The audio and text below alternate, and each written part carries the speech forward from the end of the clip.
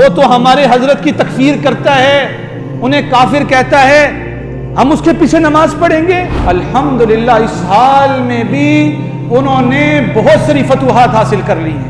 حضرت ابو ذر غفاری رضی اللہ تعالیٰ ہیں اور مدینہ میں ہیں، مکے میں ہیں، حج کے دن میں ہیں، مینا میں ہیں، اور کیا پتہ چلتا ہے جی عثمان نے 4 رکعت ظہر کی نماز پڑھائی ہے۔ بھائی جو بھی کر رہے ہیں اللہ کے لیے کر رہے ہیں، جب اللہ کے لیے کیا ہے تو کیوں جھگڑا ہے؟ تو انہوں نے کوئی کامیابی حاصل نہیں کی، کوئی خیر حاصل نہیں کی، انہوں نے سوائے نقصان اٹھایا ہے۔ تو ہم انہیں کہتے ہیں جناب لا تقنطوا من رحمت اللہ، الحمدللہ اس حال میں بھی انہوں نے بہت ساری فتوحات حاصل کر لی ہیں۔ پہلی فتح کیا حاصل کی؟ اللہ کی شان کہ جو دنیا اور بالخصوص جو اسلامی ممالک انہیں تسلیم کرنے کی طرف جا رہے تھے، اب کم از کم کئی سال تک ان کے رستے میں وہ رکھنا بن گیا ہے۔ اگر وہ چاہیں گے بھی نا، بہت سارے ممالک ہیں، دبئی تو کر بھی چکا تھا، سعودی عرب اس طرف جا رہا تھا، اور بہت سارے ملک اس کو تسلیم کرنے کی طرف جا رہے تھے، اب ان کے رستے میں یہ رکھنا بن چکا ہے، اب کم از کم کچھ سال تک وہ اسرائیل کو تسلیم کرنے کی باتیں نہیں کریں گے۔ پہلی فتح انہوں نے حاصل کر لی۔ دوسری فتح، لوگ اس مسئلے کو بھول چکے تھے، لوگوں نے اس بات کو ذہنوں سے نکال دیا تھا آخر یہ بھی کوئی مسئلہ ہے، یہ بھی کوئی ظلم ہے۔ ظلم تو ادھر تقریباً 70 سال سے زیادہ وقت ہو چکا ہے، روز ہو رہا تھا، لیکن ہمیں کوئی فکر نہیں، کوئی پرواہ نہیں، کوئی احساس نہیں۔ لیکن اب کیا ہوا؟ اب لوگوں کے اندر یہ مسئلہ دوبارہ اجاگر ہو گیا ہے کہ یہ جو کیا جا رہا ہے، کیا کیا جا رہا ہے؟ غلط کیا جا رہا ہے۔ تیسری بات، ایک اور ہمارے ذہنوں میں ایک بھوت سوار کیا گیا تھا، اور جی اسرائیل کے پاس تو اتنی بڑی ٹیکنالوجی کہ اگر کوئی میزائل والا حملہ کرے گا بھی تو وہ آسمان میں اسے ختم کر دیں گے۔ لیکن بتاؤ وہ مسلمان جو جنہیں دنیا کچھ بھی نہیں سمجھتی تھی اور جو سپر پاور بھی نہیں تھے، جو ایٹمی طاقت بھی نہیں تھے، انہوں نے پوری دنیا کو یہ خبر دی نہیں اگر مسلمان کچھ کرنے پر آ جائیں تو کر سکتے ہیں۔ کتنے دھماکے ہوئے ان کے اس ملک میں، کتنا کچھ ہوا، ہاں جانیں لگی ہیں، 10,000 لوگوں نے اپنی جانوں کے نذرانے پیش کیے ہیں، لیکن یاد رکھنا دانا خاک میں مل کر گرے گلزار بنتا ہے۔ اللہ امتحان لیتے ہیں، آزمائش لیتے ہیں، ابتلاؤں میں ڈالتے ہیں، لیکن الحمدللہ ہم مطمئن ہیں ہم نے فتح حاصل کی ہے۔ تو الحمدللہ ہم کوشش کرتے ہیں ہر جمعے کو اس موضوع پر گفتگو کریں تاکہ یہ مسئلہ ہمارے سامنے زندہ رہے، ہم سو نہ جائیں، ہم بھول نہ جائیں، ہم یہ نہ کہیں کہ نہیں چلو یار بڑے عرصے سے ہو رہا ہے تو ہوتا رہے۔ اس کو اجاگر کرنا ہے، جہاں تک میں کوشش کر سکتا ہوں میں کوشش کروں، جہاں تک آپ کوشش کر سکتے ہیں آپ کوشش کریں۔ فرد قائم ربط ملت سے ہے تنہا کچھ نہیں، موج ہے دریا بیرون دریا کچھ۔ ایک بندہ اگر کرنا چاہے کچھ نہیں کر سکتا، ہر بندے نے اپنا حصہ ڈالنا ہے، جو کچھ کر سکتے ہیں ہم وہ کریں۔ تو بھائیو، ایک تو بات میں نے آپ کے سامنے رکھ دی ہے کہ اس مسئلے کو سونے نہیں دینا۔ دوسری بات جو پچھلے جمعے کو ہم نے چھوڑی تھی وہ یہاں تھی کہ جناب آخر یہ حالات کیوں پیدا ہوتے ہیں، ان مسائل کا، ان پریشانیوں کا امت کو سامنا کیوں کرنا پڑ رہا ہے؟ کیا ہم کمزور ہیں؟ کیا ہم تھوڑے ہیں؟ غزوہ خندق کا موقع اور حضرت حذیفہ بن یمان رضی اللہ تعالی عنہ کو حضور نے کہا حذیفہ تعداد دیکھو مسلمانوں کی کتنی ہے، مسلمان کتنی تعداد میں ہیں دیکھو۔ حضرت حذیفہ رضی اللہ تعالی تعداد کو گن کر آتے ہیں اور کہتے ہیں حضور ہم تو 1500 ہیں، 1500۔ کیوں؟ حذیفہ بن یمان کو تو پتا تھا کہ ہم بدر میں 300 تھے اور اللہ نے فتح دی تھی، اب تو ہم 1500 ہیں، اللہ فتح دے گا۔ میرے بھائیو آج ہم 1500 نہیں ہیں، بعض تحقیقات یہ کہتی ہیں 2 ارب کے لگ بھگ مسلمان اس وقت موجود ہیں، 1500 نہیں، 2 ارب کے لگ بھگ۔ تو پیاروں یہ حالات کیوں ہیں؟ تو میں نے پچھلے جمعے کو یہ بات آپ کے سامنے رکھی تھی کہ ہمارے جو باہمی اختلافات ہیں، ہمارے جو آپسی انتشارات ہیں، یہ ساری ان بیسز پر ہیں، جس دن ہمارے اختلافات ختم ہو گئے، ہمارے انتشار ختم ہو گئے، ہمارا ایک دوسرے سے دست و گریبان ہونا ختم ہو گیا، دیکھیے گا عزتیں آنا شروع ہو جائیں گی، کامرانیاں آنا شروع ہو جائیں گی۔ تو میرے بھائیوں، اس سلسلے میں نے پچھلے جمعے ایک حدیث پڑھی تھی۔ کیا حدیث؟ حضور نے فرمایا المسلم المؤمن الذی یخالط الناس، وہ مومن جو لوگوں کے ساتھ رہتا ہے، وَيَصْبِرُ عَلَىٰ آذَاهُمْ، اور ان کی طرف سے پہنچنے والی تکالیف پر صبر کرتا ہے، وہ بہتر ہے اس مومن سے جو لوگوں سے جدا رہے اور کہے میں جاتا ہوں جنگلوں میں، نہ لوگوں کے ساتھ رہتا ہوں، نہ تکلیف برداشت کرتا ہوں۔ تو میں نے پچھلے جمعے کو یہ بات سمجھائی تھی کہ یہ حدیث ہمیں یہ خبر دے رہی ہے کہ جناب جو بھی لوگوں میں رہے گا اسے لوگوں کی طرف سے تکلیفیں پہنچیں گی، تو ہم نے کیا کرنا ہے؟ ہم نے صبر کرنا ہے۔ کیوں؟ مزاج مختلف، خیالات مختلف، تربیت مختلف، برداشت کرنا ہے ایک دوسرے کو، سہنا ہے، پینا ہے۔ ایک ہی رائے ہے، ٹھیک ہے بھائی، آپ کی رائے میں احترام کرتا ہوں، میری رائے یہ ہے، بس اس بیس پر ایک دوسرے کو قتل و غارت کرنا، ایک دوسرے کی جان کا دشمن بننا، یہ کہاں لکھا ہے؟ اختلاف تو بڑے بڑوں میں ہوا ہے، بلکہ ہم سمجھتے نہیں جی ہم ہی علم کل ہیں، عالم کل ہیں، میرے پاس جو علم ہے وہ دنیا میں کسی کے پاس کوئی نہیں، میں سب کچھ جانتا ہوں، میرے علاوہ کوئی کچھ نہیں جانتا۔ یہ بیس بنتی ہے اختلافات کی، جی میں سب کچھ جانتا ہوں، مجھے سب کچھ پتا ہے، میرے علاوہ یہ دنیا سمجھتی نہیں ہے۔ میرے بھائیوں، ایک مرتبہ حضرت موسیٰ علیہ السلام سے ایک شخص نے پوچھا، موسیٰ کیا آپ سے بھی زیادہ جاننے والا کوئی ہے؟ موسیٰ آپ سے بڑا کوئی عالم ہے؟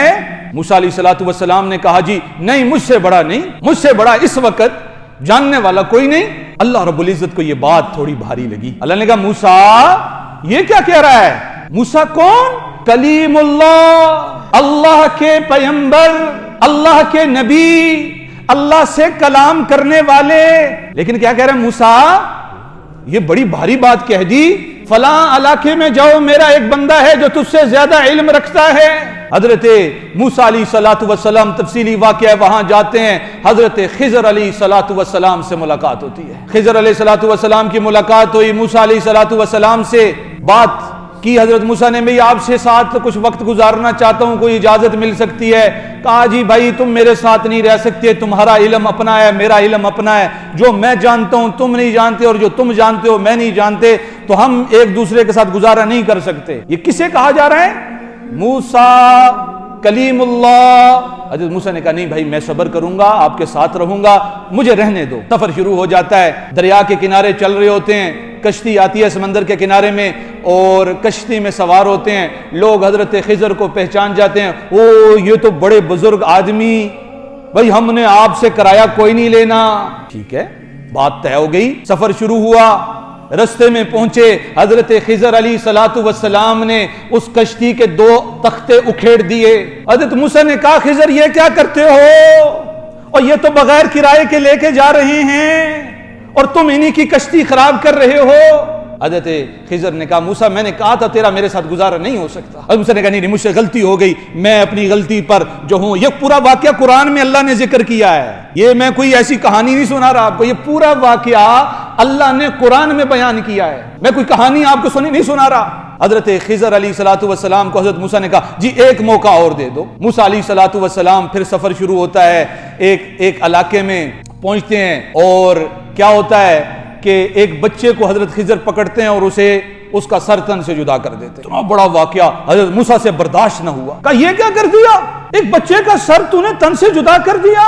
حضرت خضر نے کہا کہ بھائی میں نے تجھے پہلے کہا تھا تیرا میرا گزارا کوئی نہیں، تو اپنے رستے جا، میں اپنے رستے جاتا ہوں۔ اس نے کہا جی مجھے پھر سے غلطی ہو گئی، بھائی آخری موقع دے دو، اب اس کے بعد اگر ہوا تو پھر میں آٹومیٹکلی تجھ سے جدا ہو جاؤں گا۔ اب ایک گاؤں میں پہنچتے ہیں، دیہات میں پہنچتے ہیں، حضرت موسیٰ علیہ السلام اور حضرت خضر علیہ السلام وہ کہتے ہیں جناب ہم مہمان ہیں، مسافر ہیں، کوئی کھانے کے لیے دے دیں۔ لوگ کہتے ہیں کوئی نہیں تمہارے لیے ہمارے پاس کھانا کوئی نہیں، کھانا نہیں دیا، انہوں نے باہری بسیرا لگا دیا۔ حضرت خضر دیکھتے ہیں باہر ایک دیوار ہے جو ٹیڑھی ہو رہی ہے اور گرنے کے قریب ہے، اس دیوار کو سیدھا کر دیتے ہیں، اس کو ٹھیک کر دیتے ہیں، واپس بنا دیتے ہیں۔ موسیٰ کہتے ہیں عجیب آدمی ہو، انہوں نے کھانے کے لیے نہیں دیا، اگر دیوار ٹھیک ہی کرنی تھی تو کچھ اجرت لے کے ٹھیک کرتے، کچھ روٹی لے کے ٹھیک کرتے، کچھ ہمیں بھی فائدہ ہو جاتا۔ حضرت خضر نے کہا جناب میں نے پہلے کہا تھا میرا تیرا گزارا کوئی نہیں، لیکن بہرحال میں تجھے بتاتا ہوں میں نے پہلا کام اس لیے کیا تھا، یہ جس طرف کشتی جا رہی تھی رستے میں ایک بادشاہ کا علاقہ پڑتا ہے، وہ جس اچھی کشتی کو دیکھتا تھا اسے لوٹ لیتا تھا، تو اگر کشتی ضرر والی ہوتی تھی یعنی کوئی اس میں کھوٹ ہوتا تھا تو وہ گزرنے دیتا تھا، نہیں تو روک لیتا تھا۔ میں نے اس لیے تختے نکالے، تھوڑا سا عیب پیدا کیا تاکہ وہ لے نہ لے۔ کہا جی دوسرا جو میں نے اس بچے کو قتل کیا اس کی وجہ یہ تھی، یہ بچہ کل بڑے ہو کر اپنے والدین کے لیے کفر کا ذریعہ بننا تھا۔ اس نے والدین بچے سے بڑی محبت کرتے تھے لیکن اس بچے نے کل ان کے کفر کا سبب بننا تھا اس محبت کی وجہ سے، تو اس لیے میں نے یہ کام کیا۔ کہا جی تیسرا کام کیوں کیا؟ کہا جی یہ جو دیوار سیدھی کی اس کے نیچے یہ جگہ جو تھی 2 یتیم بچوں کی تھی، اور ان بچوں کے اس کے نیچے ان کے والدین نے کچھ مال دفن کیا تھا، اور اگر یہ دیوار گر جاتی تو یہ علاقے والے، یہ محلے والے سارا مال کھا جاتے، ان بچوں کو کچھ نہ ملتا، تو میں نے اس لیے دیوار سیدھی کر لی۔ کہا اب تیرا میرا گزارا کوئی نہیں، تو اپنے رستے میں اپنے رستے۔ تو میرے بھائیو بعض اوقات بہت بڑا بھی عالم ہو، جاننے والا ہو، اس کے اوپر بھی ایک جاننے والا ہوتا ہے۔ یہ جو ہم نے ایک بھوت سوار کر لکھیا ہے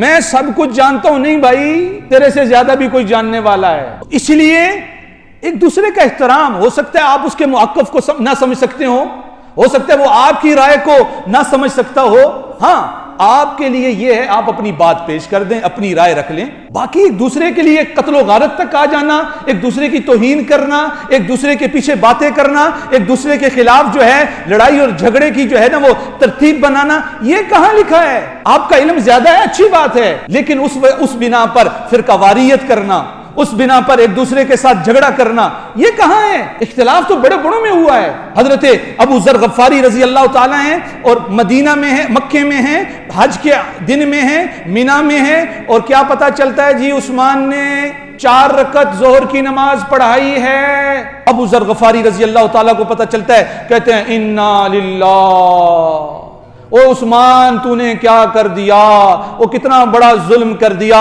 حضور نے 2 پڑھائی، ابو بکر نے 2 پڑھائی اور عمر نے 2 پڑھائی، تو 4 کیسے پڑھا سکتا ہے؟ اب عصر کی جماعت کا وقت آیا، حضرت عثمان نے دوبارہ نماز کروائی تو اسی کے ساتھ مل کر کھڑے ہو گئے۔ لوگوں نے نماز کے بعد کہا ابو ذر تو انا للہ پڑھ رہا تھا، تو کہہ رہا تھا کہ اس نے بڑا ظلم کر دیا عثمان نے، اور جب نماز کا وقت آیا تو بھی ساتھ کھڑا ہو گیا۔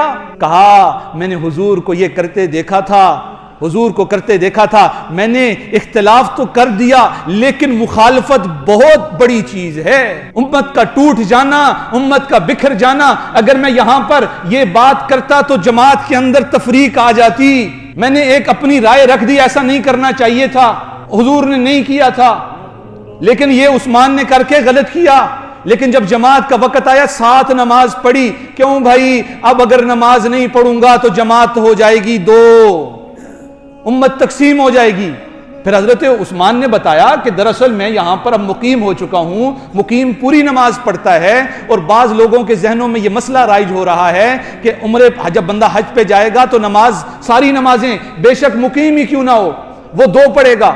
کہا ان لوگوں کے ذہن سے مسئلہ خارج کرنے کے لیے میں نے یہ عمل کیا۔ اب ان کو پتہ نہیں تھا اسی لیے انہوں نے اختلاف کر دیا۔ اسی طرح اور آگے چلیں، ہمارے امام اعظم ابو حنیفہ رحمت اللہ علیہ، بہت بڑے عالم، امام اعظم کہا جاتا ہے، بغداد میں قبر ہے، اور حضرت شافعی رضی اللہ تعالی، امام شافعی رحمت اللہ علیہ رحمتوں واسعہ، ان کے مسجد میں آئے اور مسجد کے ساتھ حضرت کی قبر ہے، تو وہاں پر آمین بالجہر نہیں کی، یعنی نماز میں سورہ فاتحہ کے بعد تیز آمین نہیں کہی۔ لوگوں نے کہا حضرت آپ تو پوری زندگی آمین بالجہر پر دلائل دیتے رہے، آج یہاں پر آ کر آمین بالسر کی ہے، آستہ آمین کہی ہے۔ تو کیا کہا امام شافعی رحمہ اللہ؟ کہا مجھے اس صاحب قبر سے حیا آتی ہے، یہ اس کے پاس بھی تو آخر حدیث رسول موجود ہے، میں بھی حدیث کے اوپر بات کر رہا ہوں، میرے پاس بھی حدیث ہے، لیکن اس کے پاس بھی حدیث موجود ہے۔